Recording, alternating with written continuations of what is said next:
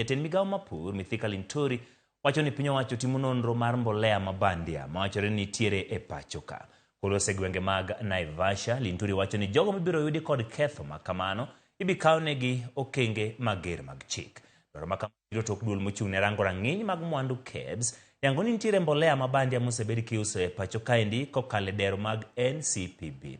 Nyaka sani duoko mar nonro makamagi ni duol mar KEBS biro chiwo juma manyien. Komachielo Linturi wacho ni apise pok oyudo ng'ur mora mora kotenore gi mbolea mabandia, komedo ni jopur mane oseyudo mbolea kik bed kod to mora mora.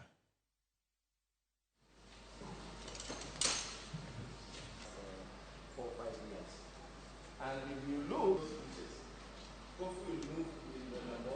that is why these value things.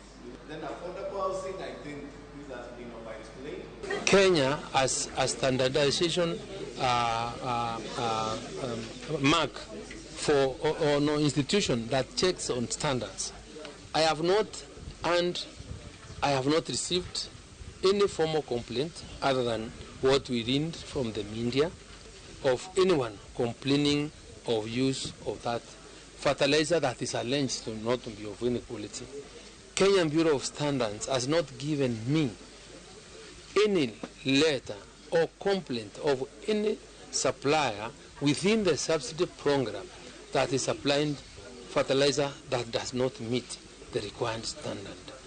And because the government agencies are on high alert, if there is anybody trying to mislead or to get anything that resembles fertilizer in the market, then that person will be dealt with within the provisions of the law.